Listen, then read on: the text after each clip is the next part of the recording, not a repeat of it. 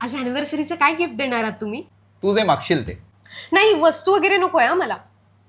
आज 3 वर्ष झाली आपल्या लग्नाला, पण कधी साधा प्रपोज सुद्धा नाही केलंय. जाऊ दे, अनरोमॅन्टिक. मग सांगा, दुसरं काय द्याल? तुला काय हवंय सांग. साडी घ्यायला जाऊयात? चालेल, ते बाजूला शगुन टेक्सटाईल्स आहे ना, तिथे जाऊया. खूप ऑप्शन्स मिळतील तिथे. या दादा वहिनी, शगुन टेक्सटाईल मार्केटमध्ये आपलं स्वागत आहे. ताई, एवढ्या साड्या तुम्हाला कशा बघायच्या ते सांगा. स्वस्तात. महागातली. अहो, गप्प बसा. मला ना तुमच्या दुकानातली स्वस्तात मस्त साडी दाखवा.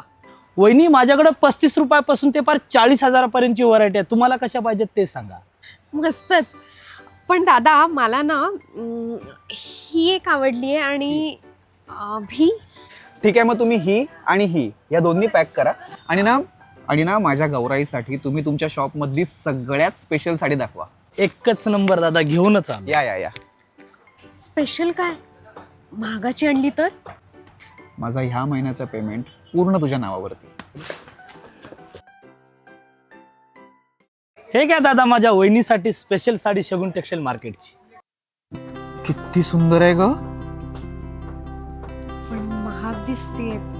आपल्या बजेट. ताई, तुमच्याच बजेटमध्ये आहे, घाबरूच नका तुम्ही.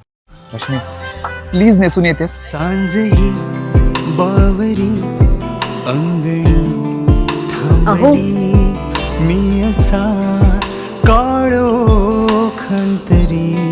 अनरोमॅन्टिक. I love you.